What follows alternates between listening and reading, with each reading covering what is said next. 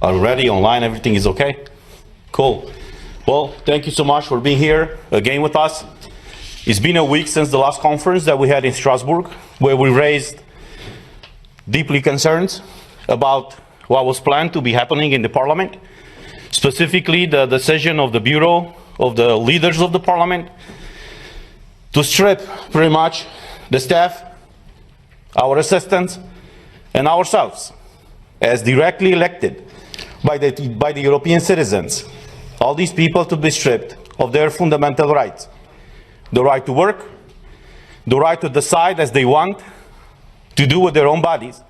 And nevertheless, in our case, the right that we have and the parliamentarian immunities that we have as elected by the people, not to be influenced in any way when we do our mandate. So each one of us who are present here, and many of us are at home supporting us. You know, we have this pandemic situation, you know, a lot of us, because of all these measures, are at home, but they are all behind us.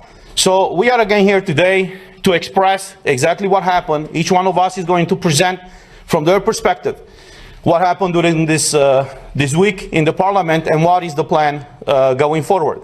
I have to my left my colleague from Italy, Francesca Donata, my colleague from Germany, Christina Anderson, another colleague from the similar group, and on to my right I have my colleague from Croatia, Ivan Sinčić, right? And another colleague from Croatia, Kulačić, right? Do I pronounce it correct? Right now, not. Kolakušić. I know it's tough with all these names. But the funny part is we are on the same side from different countries, and we support exactly the same thing. The respect for fundamental rights of every person working for the Parliament and of every European citizen. So without further ado, I would like my colleague, Christina Anderson, to have the opening. Yes, hello. First of all, thank you very much for all of you that went to great length to express your support to us in an overwhelmingly huge amount of emails. Thank you so much. We're doing this for you. All through Europe, governments have gone through great length to get people vaccinated. We were promised the vaccinations will be a game changer and it will restore our freedom. Turns out none of that was true. It does not render you immune. You can still contract the virus and you can still be infectious. The only thing this vaccine did for sure was to spill billions and billions of dollars in the pockets of pharmaceutical companies. I voted against the digital green certificate back in April. Unfortunately, it was adopted nonetheless. And this just goes to show there is only a minority of MEPs who truly stand for European values. The majority of MEPs, for whatever reasons unbeknown to me, obviously support oppression of the people while claiming shamelessly to do it for the people's own good. But it is not the goal that renders a system oppressive. It is always the methods by which the goal is pursued. Whenever a government claims to have the people's interest at heart, you need to think again. In the entire history of mankind, there has never been a political elite sincerely concerned about the well-being of regular people. What makes any of us think that it is different now? If the age of enlightenment has brought forth anything, then certainly this. Never take anything any government tells you at face value. Always question everything any government does or does not do. Always look for ulterior motives and always ask, cui bono, who benefits? Whenever a political elite pushes an agenda this hard and resorts to extortion and manipulation to get their way, you can almost always be sure your benefit is definitely not what they had at heart. As far as I'm concerned, I will not be vaccinated with anything that has not been properly vetted and tested and has shown no sound scientific evidence that the benefits outweigh the disease itself and possible long-term side effects, which, to this day, we don't know anything about. I will not be reduced to a mere guinea pig by getting vaccinated with an experimental drug. And I will most assuredly not get vaccinated because my government tells me to and promises in return I will be granted freedom. Let's be clear about one thing. No one grants me freedom, for I am a free person. So I dare the European Commission and the German government. Throw me in jail, lock me up and throw away the key for all I care. But you will never be able to coerce me into being vaccinated if I, the free citizen that I am, choose not to be vaccinated. Lastly, I would like you to think about this one. The compulsory use of the digital green certificate undermines everything that Europeans stand for. It violates constitutionally guaranteed fundamental rights, and it constitutes the first step towards the insufferable Chinese social credit system. I will never stand for this. I will never put up with this. Thank you. Thank you. Thank you, Christine. I agree with almost all the things that you said, but what I want to add here is that what we are discussing today and what we should be worried about is not a matter of being in favor or against the COVID vaccines. The issue today is whether we are supposed to leave European citizens without a safeguard of their fundamental rights, and precisely the right to have a job, to be treated equally by institutions without any discrimination, and the right to protect the integrity of their bodies, choosing in complete freedom whether to accept or not a sanitary treatment. All citizens must be free to choose what risks they want to run for their own health and what risks they are not ready to face. The mandate for COVID certificates to work is just an extortion of consent to a personal choice about one's own body, and it violates human rights as enshrined in the European Charter and in many EU laws.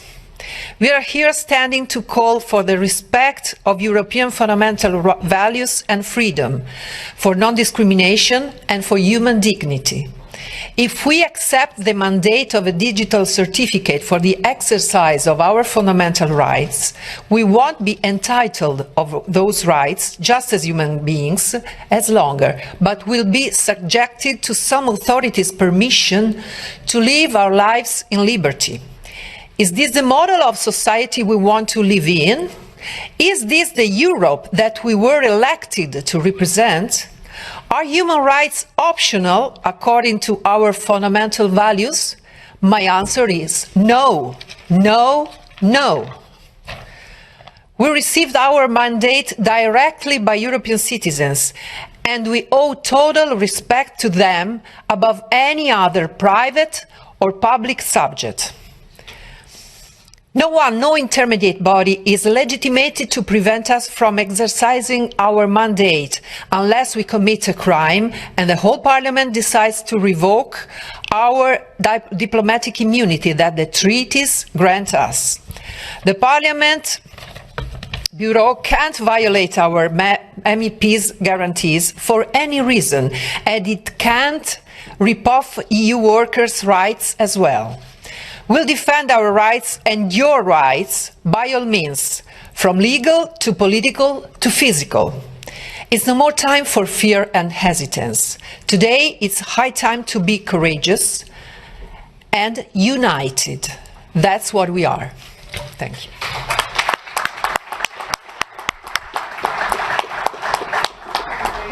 Ivan. Thank you very much, my dear colleagues. Yet again, this week we are here to say no to discrimination and no to segregation.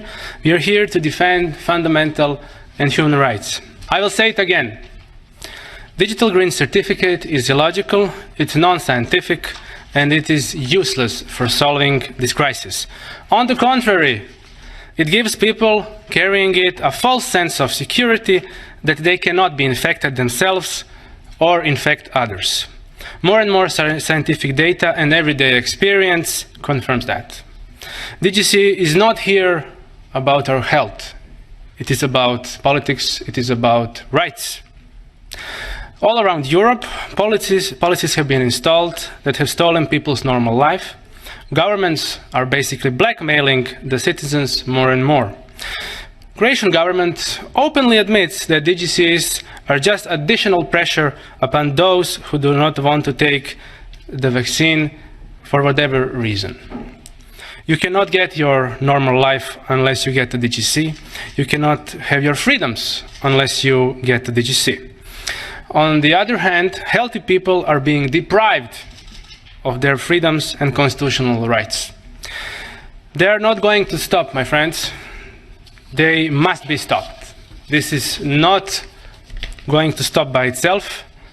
It will spread. It will come to your door. It will blackmail your life, every piece of your life. This is why we continuously say no. We have our unalienable rights. That means that nobody can take them from us. We have international documents such as Oviedo Convention, Nuremberg Code, resolutions of councils of Europe of various type, bioethics conventions, etc. Do these documents mean nothing anymore? Haven't they been, at least some of them, ratified in our parliaments? Hasn't that been a golden standard for decades? Yes, it has. What about national constitutions? Do they have no more values? Yes, they do. And we even have some constitutional courts ruling in Europe that show that this is all wrong and that freedoms cannot be taken away, and that the fines that were charged upon the citizens who just wanted to be free from the mandatory nature of all of this, that these fines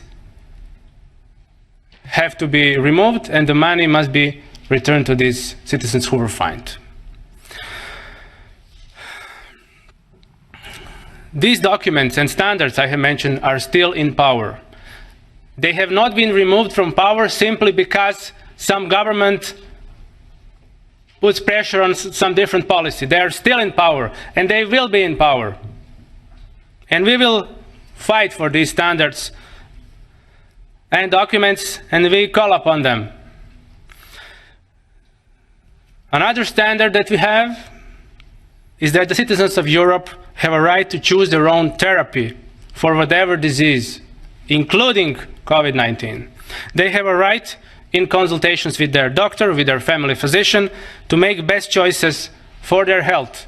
Either it is a vaccine of any type, or a cure, or whatever gets invented. It's your own choice as a patient. No government can coerce you on a certain type of medical product. Digital Green Certificate is a European problem. It is not just a problem of Italy or Lithuania or European Parliament now, European Parliament building. It's a European problem. It is a common problem. It is not a problem of one European country. It is a problem of all of us. This will not be limited, as I say, to one country. This will be coming to your door. And the sooner we say no, the stronger the message that we send. I call upon all the free peoples of Europe to resist DGC wherever they can. Fight for your rights. Thank you. Thank you. You know, we were elected by the people. That's what the treaty says. But we should not forget that we are elected here for the people. We should have the best interests of people in mind, because that is the reason why they elected us here in the European Parliament.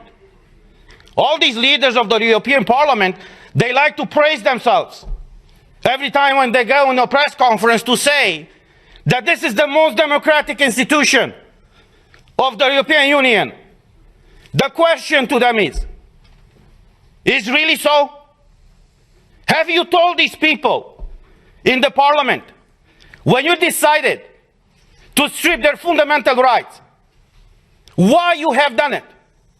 You see, we have all these treaties, as my colleague said, that no medical treatment should be imposed on you unless you decide about it freely and under informed consent.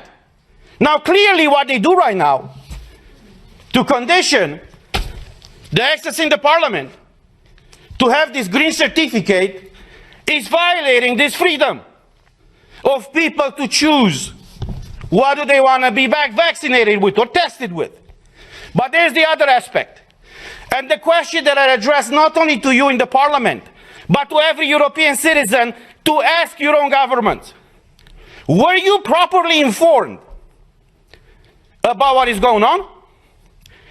Because we had a lot of debates at the beginning of this year in the parliament where we demanded full access to the contracts signed between these companies that produce the vaccines and the European Union.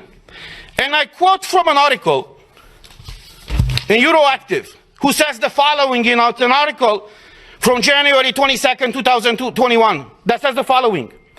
The contract signed between pharmaceutical company and the European Commission in November of 2020 was made available to MEPs on Tuesday in a redacted format after the company agreed to open the contract up to scrutiny. Say what? Say what?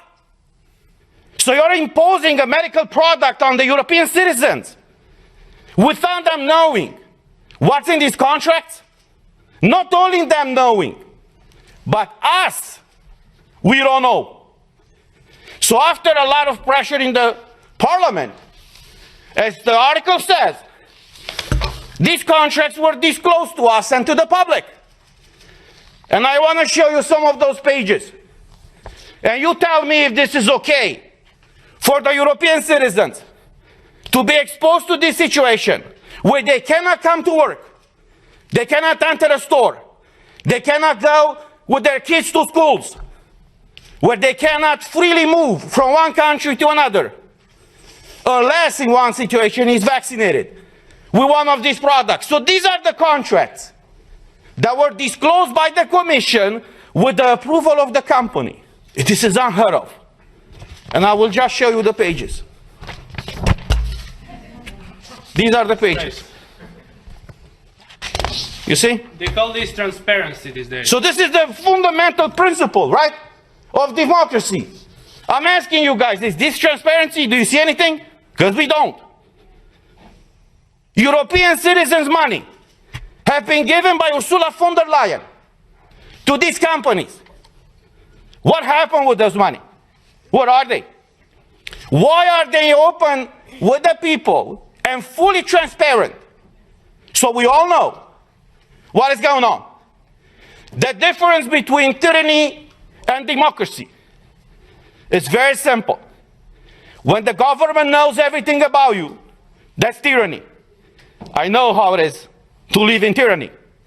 When you know everything about your government, that's democracy. So this is where we are right now, praising this institution. It's the most democratic institution in the European Union. And even us as MEPs, as directly elected by the people, for the people, we haven't been able to see in these contracts.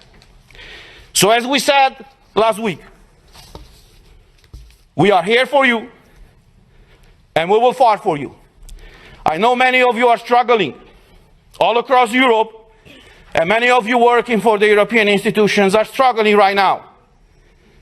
But look, as a former US president said, freedom, liberty is one generation away from extinction. We live that type of time right now. And it's our duty and our call to fight for liberty. Thank you.